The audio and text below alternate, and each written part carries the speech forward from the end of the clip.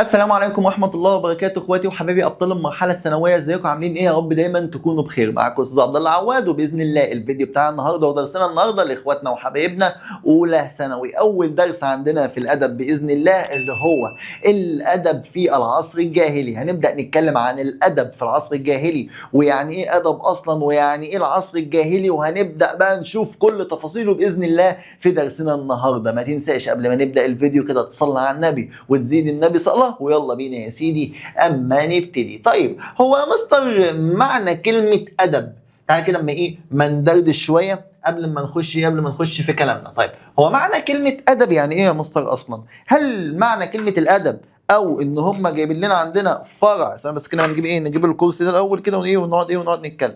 هل معنى كلمه ادب يا مستر او ان احنا جايبين عندنا قسم اصلا بيسمى الادب ده علشان يعلمونا الادب؟ اقول لك لا طبعا، ملهاش علاقه ان احنا يعلمونا الادب، تمام؟ بس فكره الادب او معنى كلمه ادب هي عباره عن الطريقه اللي كان بيتم فيها القاء الشعر او القاء النثر في العصر ده، سواء عصر بقى اللي هو عصر الجاهلي او العصر الاسلامي او العصر العباسي او الفاطمي او اي عصر من العصور اللي احنا هندرسها باذن الله. هي فكره، بس فكره القاء الشعر والكلام ومستحدثات الكلام والمصطلحات نقدر نعرفها عشان نقدر نعرف لغتنا بالظبط كانت عامله ازاي ايام الجاهليه وايام سيدنا محمد وما بعد سيدنا محمد وما قبل سيدنا محمد. نعرف الكلام ده جه ازاي. ده باذن الله معنى كلمه ايه؟ معنى كلمه ادب. وهندرس بقى كل العصور باذن الله لحد ما نوصل لاحدث عصر كنا فيه، واحدث عصر كان بيتم القاء فيه الشعر، العصر الجاهلي. طبعا انت اول حاجه جت في دماغك لما جبت سيره العصر الجاهلي قلت بس ده يا مستر العصر الجاهلي ده اكيد سمي بالعصر الجاهلي علشان يا مستر كان الجهل فيه كتير جدا والناس كانوا فيه جهله وما يعرفوش حاجه. هقول لك لا والله، ده انت عارف الناس ايام العصر الجاهلي كانت دماغهم توزن ذهب. ازاي يا مستر دماغهم كانت توزن ذهب؟ يعني معلش، ده انا هقول لك ده الناس ايام العصر الجاهلي كان الكلام اللي بيقولوه عندهم فصاحه في اللسان وعندهم فصاحه في الكلام، وبيقولوا احسن كلام وبص وذات علم وعلوم ما شاء الله عليهم. الله يا مستر، اما ليه سمي بالعصر الجاهلي؟ يعني ما انا عايز اعرف.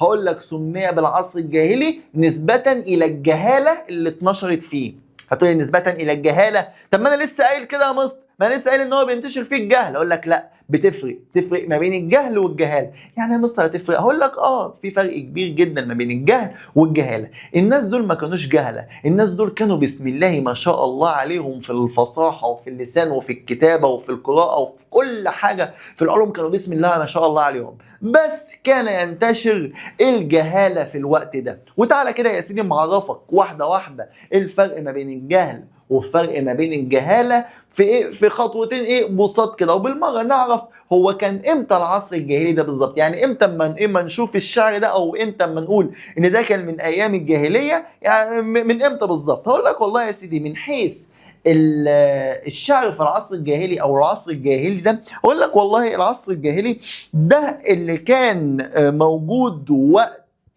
وقت ما كان الاسلام ما ظهرش، سبق ظهور الاسلام ب 150 عام، حوالي اهو زي ما مكتوب قرن ونص. يعني قبل ما يظهر الاسلام وقبل سيدنا محمد بقرن ونص. وسمي بالعصر الجاهلي لانه انتشر فيه الجهاله، لان انتشر فيه الجهاله بطريقه كبيره جدا. طيب هو ايه يا مستر الفرق ما بين الجهل والجهاله؟ طيب تعالى كده اما نشوف ايه الفرق ما بين الجهاله والجهل. قال لك والله الجهاله هو فعل الشيء القبيح عن عمد ومع العلم بانه خطأ. يعني هنا ايه الجهاله؟ الجهاله ان انا بعمل الفعل القبيح والفعل الوحش وانا عارف ان هو وحش. يعني بكذب وعارف ان الكذب وحش، عمال بفتن وعارف ان الفتنه وحشه. ممكن مثلا اكون بدخن وعارف ان التدخين وحش. ده كده بتسمى جهاله، فعل الغلط عن عمد وعن قصد، مع العلم اصلا ان انا عارف ان الشيء ده غلط، فده بيسمى جهاله. طيب ايه هي الجهاله اللي اتنشرت في الوقت ده؟ قال لك والله الجهاله اللي اتنشرت في الوقت ده زي مثلا والله وقت البنات. وقت البنات كانت لما البت بتتولد يروح يمسك البت يرميها يردم عليها، خلصت البت ايه؟ ماتت، لان ظنا من نوع ان هي هتجيب له العار البنت دي. تمام؟ فعشان كده من ضمن الاشياء اللي كانت بتدل على انتشار الجهاله وقت ايه؟ وقت البنات، شيء غلط وهو عارف ان هو غلط ومع ذلك بيعمله، لان دي جهاله، فعل الغلط وفعل الشيء القبيح عن عمد ومع علم ان هو ايه؟ ان هو غلط. قال لك والله الحروب لاتفه الاسباب كحرب داحس والغرباء. ايه يا مستر؟ كحرب ايه؟ داحس والغرباء. قال لك والله لو كان حد عمل في مناخيرهم كده كانوا بيقوموا حرب. ليه؟ لان والله كانوا ناس بيعملوا حروب على اتفه الاسباب. حك في مناخيري بس وهتلاقيني ايه؟ بنعمل حرب. طب ايه حرب الداحس والغبراء دي؟ تعالى يا سيدي اما اقول. حرب الداحس والغبراء كان ساعتها بيحصل سباق ما بين الابل وبعضها. كان بيحصل ايه؟ سباق ما بين الايه؟ الابل وبعضها. المهم يا سيدي الكل لما جه وقت السباق ما بين الابل، ففي قبيلتين ايه؟ كل واحد كان له ناقه، الاتنين هيسابقوا ايه؟ هيسابقوا بعض، وعملوا رهان على ناقه معينه ان هي تكسب. الرهان ده كان كبير جدا بقى، بدنانير ودنانير من الايه؟ من العملات. المهم قالوا ان الناقه دي هي اللي ايه؟ هي اللي هتكسب. المهم بدأ السباق والناقة دي خسرت. ايه اللي حصل؟ القبيلة دي مسكت في القبيلة دي وبدأ تقوم ما بينهم الايه؟ الحروب. ليه؟ علشان ناقة يا مؤمن، وعلشان سباق في ما بينهم رهانات، مسكوا في بعض حرب. هتقول لي اه يا مستر حرب بقى ويا ايه؟ وناس دماغهم مريحاهم شوية. اكيد يا مستر الحرب دي قعدت اسبوع. ما قعدتش اسبوع، قعدت شهر. ما قعدتش شهر، قعدت ايه؟ سنة؟ سنتين؟ لا اكتر. قعدت قد ايه يعني يا مصر؟ قال لك حرب الداحس والغبراء قعدت 40 سنة ما بين القبيلتين. ليه يا مؤمن؟ علشان ايه؟ علشان إيه؟ الحرب اللي حصلت دي بسبب جمالين كانوا بيرمحوا وسط الصحراء وكان ما بينهم سباق. 40 سنة قاموا ما بينهم حرب بالأتفه الأسباب وغيره من الايه؟ من الحروب. طيب عندنا الجهل هو الفعل ايه؟ فعل الخطأ بدون علم، او الجهل بالقراءة والكتابة. ليس ايه؟ او الجهل بالقراءة والكتابة مش هو ايه يعني اللي احنا بنتكلم فيه. بس عموما الجهل هو ايه؟ قال لك والله الجهل ان انا بعمل شيء غلط بس انا مش عارف ان هو غلط.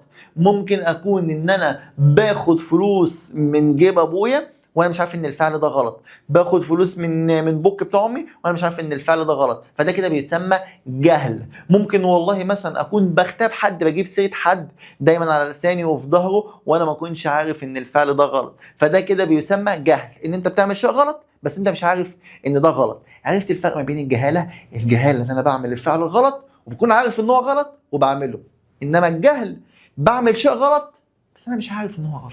تمام؟ طيب يا سيدي، بسم الله الرحمن الرحيم. عايزين نعرف يا مستر اللهم صل على النبي، الوقت اللي هو بتاع عصر الجاهليه كان موجود فين، او يعني انتشر فين حته الشعر والكلام ده كله؟ اقول لك والله انتشر عندنا في شبه الجزيره العربيه اللي هي السعوديه وما فوقها وما تحتها، دي بتسمى شبه الجزيره العربيه. وكان الحدود اللي احنا هنتكلم فيها كانت والله شمالا شمالا كانت موجودة في الشام والعراق. الشام والايه؟ والعراق. طيب عندنا بقى في الشرق والغرب والجنوب مية، شرق وغرب وجنوب مية، يبقى شين شمال فوق شين شمال، هنا عندي الشام. في كل بقى اللي هو سواء شرق غرب وجنوب عندي مية. طيب هنا المية اللي موجودة على غرب شبه الجزيرة العربية البحر الأحمر معروفة. طيب والناحية التانية الخليج العربي، وتحت خالص المحيط الهندي. دي الحدود اللي احنا بنتكلم فيها اللي بيحصل عندنا الأحداث كلها. وأهم عندنا 5 مدن هنتكلم فيهم كعصر جاهلي وكان بيتم فيها الشعر ومشهور فيها الشعر، هم ال5 مدن اللي احنا هنتكلم عليهم دلوقتي، اللي هم مين؟ قال لك والله الحجاز، نجد، تهامة، يمن، يمامة. تاني كده، حجاز، نجد، تهامة، يمن، يمامة. او احفظهم مع بعض. قال لك والله البلاد اللي بتقع فيها بلاد العرب اللي كان موجود فيها ساعتها الشعر: الحجاز، نجد، تهامة، يمن، يمام. احفظها بالاغنيه كده: نجد، قال لك الحجاز، نجد، تهامة، يمن، يمام. دول الخمس مدن الرئيسيه اللي احنا بنتكلم عليهم، موجودين في شبه الجزيره العربيه، كان بينتشر فيها الشعر والشعراء والنثر.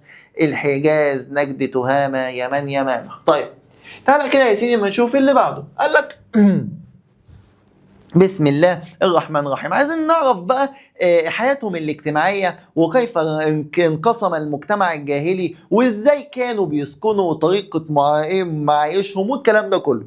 قال لك يا سيدي والله من حيث أهل الجاهلية كانوا بينقسموا إلى اتنين: يا إما أهل بدو ويا إما أهل حضر. يا اما اهل ايه؟ يا اما اهل بدو يا اما اهل حضر. وطبعا البدو احنا عارفينهم، قال لك هم كانوا بيعيشوا فين؟ كانوا بيعيشوا في الصحراء، وعملهم الاساسي الرعي، ودايما بيتنقلوا بحثا عن العشب والماء. يبقى تاني كده، اهل الجاهليه دول كانوا منقسمين لايه؟ لاتنين: يا اما اهل بدو يعيشون في الصحراء، يعملون في الرعي، وكانوا دائما يبحثون عن المال والإيه، مش عن المال، الماء والعشب. تمام. انما اهل الحضر، يعني ايه يا مستر اهل الحضر؟ يعني المدن يا ولد. قال لك كانوا بيعيشوا في مدينه زي مكه ويثرب والطائف، مدن 5 نجوم، والعمل الاساسي التجاره، خصوصا في رحلتي الشتاء والايه والصيف، زي ما تم ذكره في الايه في القران: ايلاف قريش ايلافهم رحله الشتاء والصيف. قال لك كانوا بيتنقلوا كتير، خصوصا في رحله الشتاء والصيف بتاعت الايه التجاره. اهل المدن واهل البدو. البدو في الصحراء والحضر في المدن. البدو بيشتغلوا في الرعي، انما والله عندنا اهل الحضر والمدن في التجاره. وقال لك والله يا سيدي كانوا يبحثون عن الماء والعشب، وكانوا دائما يقومون برحلتي الشتاء والصيف بتاعه التجاره. طيب واصلهم يا مصر؟ اصلهم هقول لك: اصل العرب ساعتها كلهم، ساعتها في العصر الجاهلي، كانوا منقسمين الى عيلتين. كانوا منقسمين ايه؟ عيلتين. اصلهم يعني عيلتهم، زي مثلا نيجي اقول لك محمد السيد حسين ادح. محمد السيد حسين ايه؟ ادح. حاجه اقول لك انت من عيله ايه؟ يعني انت اصلك ايه؟ تقول لي انا اصلي من عيله ادح. محمد السيد حسين مثلا اليعقوب، انت من عيله ايه؟ تقول لي اليعقوب، او من عيله الشهاوي، او من عيله كذا، او من عيله القاضي، او من عيله، او من عيله. عيلة دي يعني ايه؟ عيلة دي يعني اصلك. ساعتها هم كانوا منقسمين الى عيلتين، او منقسمين الى اصلين: يا اما عندنا اصلك تكون من اصل العدنانيون، او من اصل القحطانيون. العدنانيون دايما كانوا يسكنون في الشمال، انما القحطانيون كانوا يسكنون في الجنوب. بص كده يا سيدي هبسطها لك. بص، القحطان بالحاء بيعيشوا في الجنوب، الجيم. يبقى تاني كده القحطانيون بيعيشوا قحطان، قحطان ح، يبقى بيعيشوا في الايه؟ في الجنوب. العدنانيون في الشمال. طيب العدنانيون دول نسبة الى عدنان، من ايه؟ من والد ايه؟ من سيدنا اسماعيل. والقحطانيون نسبة الى قحطان، واحد اسمه قحطان. تمام. يبقى العدنانيون نسبة إلى عدنان ولد سيدنا إسماعيل. وقال لك والله اللهم صل على النبي، القحطانيون نسبة إلى قحطان، هو واحد اسمه قحطان. تمام. يلا يا سيدي تعالى لما نكمل اهو. قربت دايما بحرف الحاء. قحطانيون يبقى عرب الايه؟ الجنوب. طيب قال لك يا سيدي بسم الله الرحمن الرحيم، تعال اما نشوف عاداتهم واخلاقهم. قال لك والله الاخلاق والايه والمعارف بتاعت ايام الجاهليه، لان انت طبعا ظنيت ان انت كعصر جاهلي، وان انت اول ما سمعت ان دول ايام الجاهليه افتكرت بقى ان هو بينتشر البذاءة والقبح والالفاظ ومش عارف ايه وبتاع والحرام والكلام ده كله. لا لا لا لا، بالعكس بالعكس. زي ما كان ليهم صفات سيئة، كان برضو ليهم صفات كويسة، وكويسة جدا كمان. كانوا بيميزهم صفات حميدة جدا. كان بيتميزوا بالشجاعة، جايين معاك في اي خناقة. ويتميزون بالكرم. بص بيتهم مفتوح 4000 في الصعايدة الايام دي، يقول لك والله لا يبات عندي، والله لا غديه، والله لا يقعد عندي كرم، ناس كريمه جدا زي اللي احنا درسناه السنه دي اللي هو الاستاذ حاتم الطائي. كانوا كرمه جدا، يقول لك كانوا بيتميزون بالوفاء ونجدة المستغيث. نجدة المستغيث يعني ايه؟ تخيل كده حد يجي يقول لك انا في حمايتك احميني، اقسم بالله لو جدع المسه، بس لو بص المسه ده قال لي ان هو في حمايتي. نجدة المستغيث، اي حد بيستغيث بيهم واي حد بيطلب النجدة منهم بيتقبلوا الحكاية دي وبيحموا اي حد. فدي من صفاتهم الكريمة الشجاعة والوفاء. وعندنا نجدة المستغيث، وكمان قلنا الكرم. طيب، وعندنا من العادات الوحشة اللي كانت عندهم اللي هي العادات السيئة وأد البنات اللي احنا قلناه. احفر احفر، اردم اردم، موت موت. شرب الخمر والاعتماد على العاطفة قبل الايه؟ قال لك بيعتمد على العاطفة قبل العقل. وده اللي كان بسبب ايه؟ بسبب الحروب، ان هم بيعتمدوا على العاطفة. ايه ده انا مثلا القبيلة بتاعتي حد شتم، ده احنا ممكن نعمل حرب. ده في الفرسة بتاعتي حد سبقها، هنعمل حرب. ايه؟ بيشغلوا العاطفة بتاعتهم، ما بيشغلوش مخهم. وده اللي ادى بينا الى العديد والعديد من الحروب. فدي العادات السيئة عندنا من حتة العصر الجاهلي. طيب، تعال لما نشوف اهم المعارف اللي كانوا بيكونوا على علم بيها وكانوا متميزين بيها. قال لك كان ناس موجودين ايام الجاهلية كان بينتشر ساعتها علم معروف جدا عندهم اللي هو علم الانساب. طيب، هو ايه علم الانساب ده؟ قال لك والله كانوا كلهم متميزين ان هم ذات علم كبير جدا بعلم ايه الانساب، اللي هو حفظ تسلسل العائلات والقبائل. حفظ تسلسل العائلات والايه والقبائل. طيب، تعال اما اعرفك ايه هو علم الانساب ببساطه خالص. ودي من اهم الصفات اللي كانت بتتميز في الايه؟ في العصر الجاهلي. هو علم الانساب يا مصر. هقول لك والله يا سيدي، علم الانساب ده ان انت والله لما تيجي كده تقعد مع حد كبير وتقول له انت اسمك ايه؟ تقول له والله انا اسمي يوسف محمد حسنين مثلا. يوسف محمد ايه؟ حسنين. يقول لك ايه ده؟ انت يوسف ابن محمد حسنين؟ ده والدك ده انا عارفه كويس.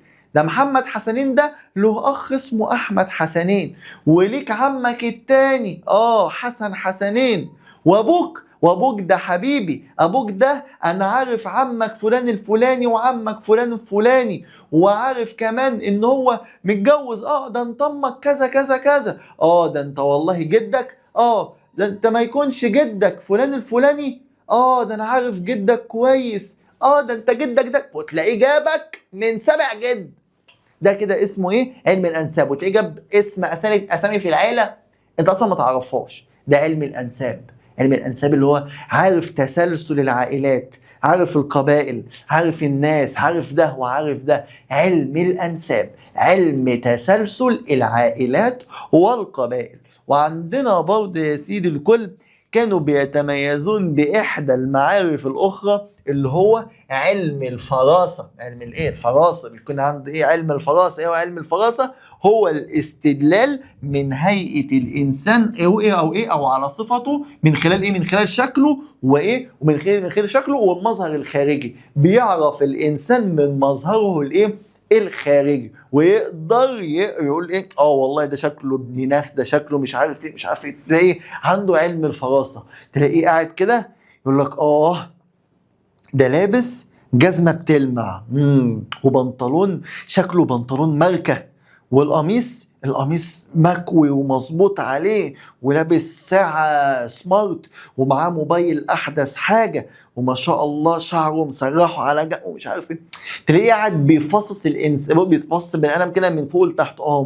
ما دام كده يبقى اكيد الراجل ده معبي، ده نازل كمان من عربيه موديل مش عارف ايه. ده الراجل ده اكيد شغال يعني ايه؟ تاجر سلاح. وتلاقيه عمال بيفصل البني ادم ويبدا يستدل عليه من خلال صفته ومظهره الخارجي. ده بيسمى علم الايه؟ علم الفراسه. طيب، دي من العلوم اللي كانت منتشره ساعتها، او العادات اللي كانت منتشره في العصر الجاهلي. وبالله عليك، لان انا بتتسأل لي يقول لي هو في فرق ما بين الفراسة والفروسية؟ قلنا الفراسة اللي هو الاستدلال على الشخص من خلال شكله الخارجي، ان هو ده كده ايه، ان انا بكون عارفه اذا كان كويس وحش، غني فقير، الكلام ده كله ده اسمها فراسة. انما الفروسية درجن فروسية اللي هو ايه، الخيل، ركوب الخيل دي اسمها الفروسية، حتى بيسمى فارس اللي بيركب الايه، الحصان. في فرق ما بين الفروسية والفراسة بالله عليك. طيب الاديان يا مستر كانت عباره عن ايه ساعتها، او حياتهم الدينيه ايام العصر الايه، الجاهلي؟ اختي بص، كانت زبادي خلاط. يعني ايه زبادي خلاط؟ كانوا بيعبدوا حرفيا اي حاجه تيجي قدامهم.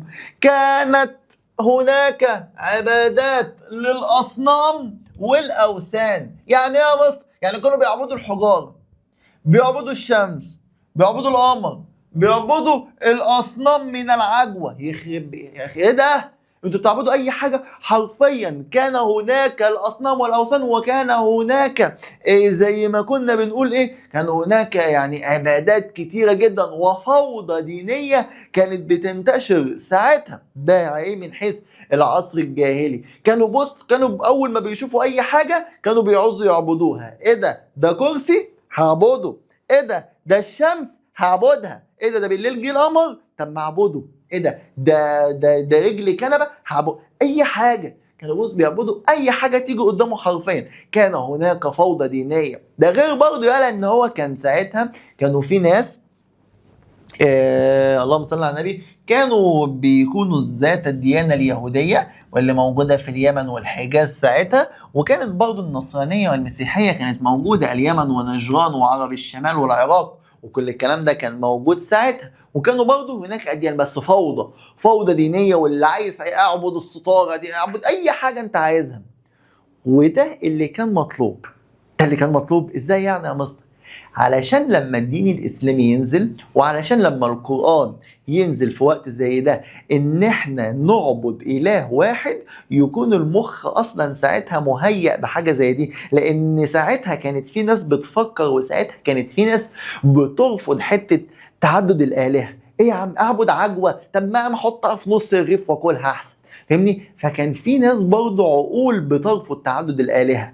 ده مهد لظهور الدين الإسلامي، وإن هو يكون دين الحق. على الرغم إن هو الدين الإسلامي هيحارب، والدين الإسلامي ساعتها هيكون بينافس ناس في شدة الصعوبة من حيث أخلاقهم وعاداتهم، بل وكمان فصاحتهم في اللسان. ليه؟ لأنها زي ما قلت لك إن الشعر الجاهلي لما تيجي نحل التمرينات بإذن الله مع بعض، هتلاقي ان هم ذات فصاحة في اللسان، وبسم الله ما شاء الله اللغة العربية بتاعتهم هي لغة تقيلة.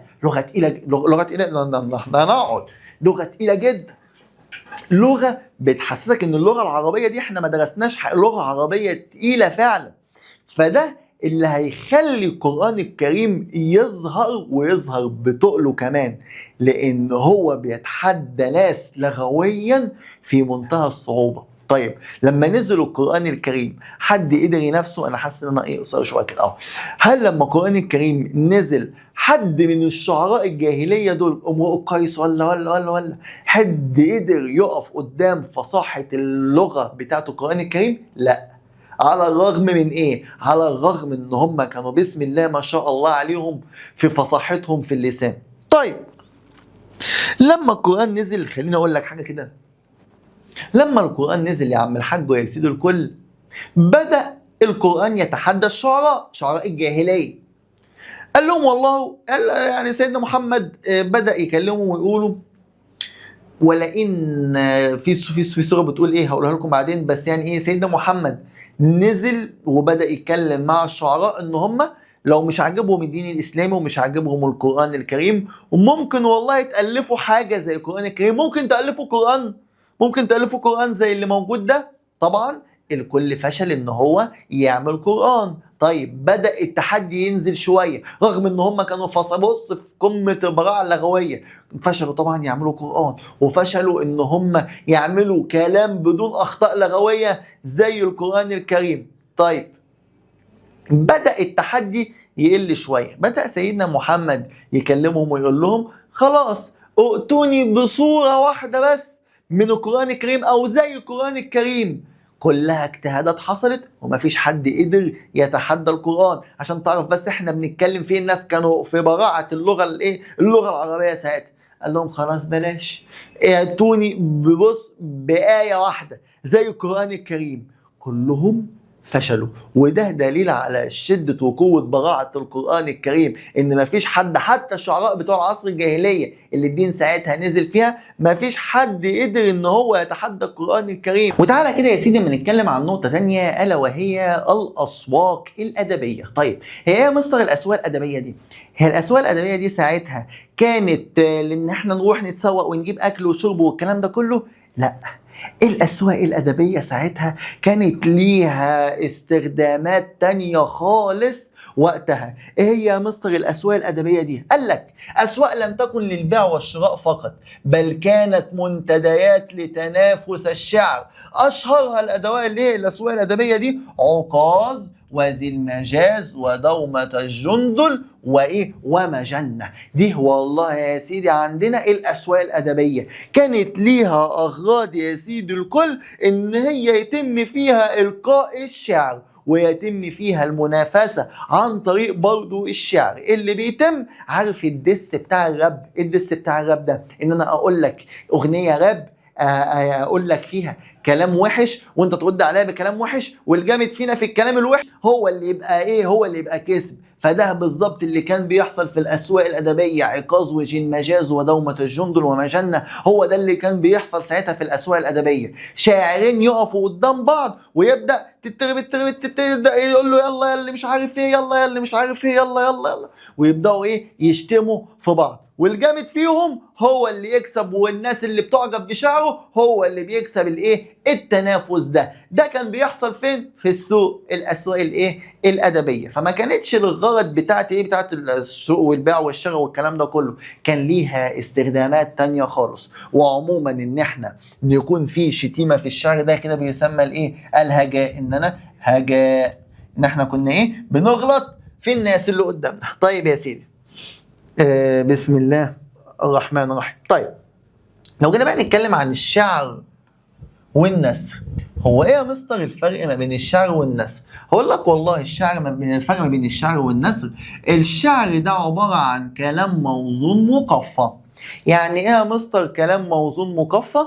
يعني كلام على نفس الوزن ونفس القافية. خدناه في سنة ثالثة اعدادي، كلام تلاقيه بياخد ويدي معاك. اني لتطربني الخلال الكريمة طرب الغريب بأوبة وطلاقي، وتهزني ذكر المروءة والندى بين الشمائل هزة المشتاق. طلاقي مشتاقي، ده كان شعر عندنا، كلام موزون مقفى ذات قافية واحدة. تلاقي انت بتقوله باغاني كده، وتلاقيه عمال بتقوله بمزاج وانت في موسيقى ما بينهم. وكان دايما الشعر ده بيعتمد على الموسيقى والخيال والعاطفة، وكان مصدر أساسي للوجدان اللي هي الأحاسيس والمشاعر. هتلاقي دايما حتى الشعر بيتكلم عن المشاعر والأحاسيس والمحبوبة، وبيتكلم عن الوطن وحب الوطن والكلام ده كله. ده بيسمى ده بيسمى الأحاسيس والمشاعر من حيث الشعر. إنما النثر قال لك هو أسلوب يصور الأفكار بدون وزن أو قافية. وخدنا النثر كانت زي رسالة إلى ابني في سنة ثالثة إعدادي، اللي هو ودعني أقول لك سر السعادة، سر السعادة يا بني أن تقوم بعملك على الوجه الأمثل بمش عارف إيه والكلام ده كله. ده كان بيسمى نثر، بيكون زي قراءة كده وسطور تحت بعض، بيكتبها شاعر وفيها مظاهر جمالية وفيها مظاهر بلاغية بس بدون أحاسيس ومشاعر، بيعبر عن الأفكار. يبقى تاني كده، النثر الأفكار، إنما الشعر الوجدان والأحاسيس. طيب يا سيدي، بسم الله الرحمن الرحيم. كده خلاص، تعالى كده ما نتكلم عن حاجات بس بسيطة. تعالى نتكلم عن شوية مفاتيح كده، أول ما بتلاقيها بتكون الإجابة تبع لما تيجي تختار هتلاقي الإجابة فيها الحاجات دي. أول ما بتلاقي كلمة نجهل، جهالة، جاهلين، تبص تستنتج على طول ان ده سبب تسميه العصر الجاهلي. لما بتلاقي عندك في الشعر، لان انت اغلب الشعر لما تيجي تحل كاول مره تاخد ادب والكلام ده كله هتلاقي ان الكلام كلام صعب شويه. فاول ما هنلاقي الكلام في الشعر زي كلمه نجهل، جهاله وجاهلين، هتستنتج على طول ان هو بيتكلم عن سبب تسميه العصر الجاهلي. لما هتلاقي قحطان او عدنان او نزار في الكلمات عندك في الشعر، اكيد هنا بيتكلم عن الايه؟ عن علم الانساب واصل العرب. لو لقيت اللاتي والعزى ومناه وصليب، ده كده بيتكلم عن الحالة الدينية والعقيدة. لما تلاقي حفاظ، كرم، عزة ونجدة، ده كده بيتكلم عن القيم النبيلة. أول ما بتلاقي الكلمات دول في الشعر عندك، دي بتكون الإجابة. دي شوية إيه؟ كلمات مفتتحية، كلمات إيه افتتاحية كده، وكلمات مفتاحية نقدر بإذن الله نستخدمهم على مدار الأيام اللي جاية في الحل. وبإذن الله برضو أنا هنزل لك الحل بتاع الكتب اللي موجودة عندك على قناة اليوتيوب، وكمان عندنا هيكون شوية حاجات حصرية موجودة على المنصة، ده غير المتابعة اللي بتبقى عليها. طيب يا سيدي، قبل ما نخلص الفيديو ما تنساش تعمل لايك، اشتراك في القناة، تنزل كمان تخش على جروب الواتساب بينزل عليه كل حاجة انت محتاجها. متنساش تبص على المنصة، لان المنصة بينزل فيها كل حاجة، وبينزل عليها كمان حاجات حصرية ما بتنزلش على القناة. ده غير ان بيكون فيها متابعة، ومتابعة شديدة جدا تكون مني انا كمان من حيث الواجبات والامتحانات. صلى على النبي، زد النبي صلاة. كان معاكم استاذ عبد الله عواد، والسلام عليكم ورحمة الله وبركاته.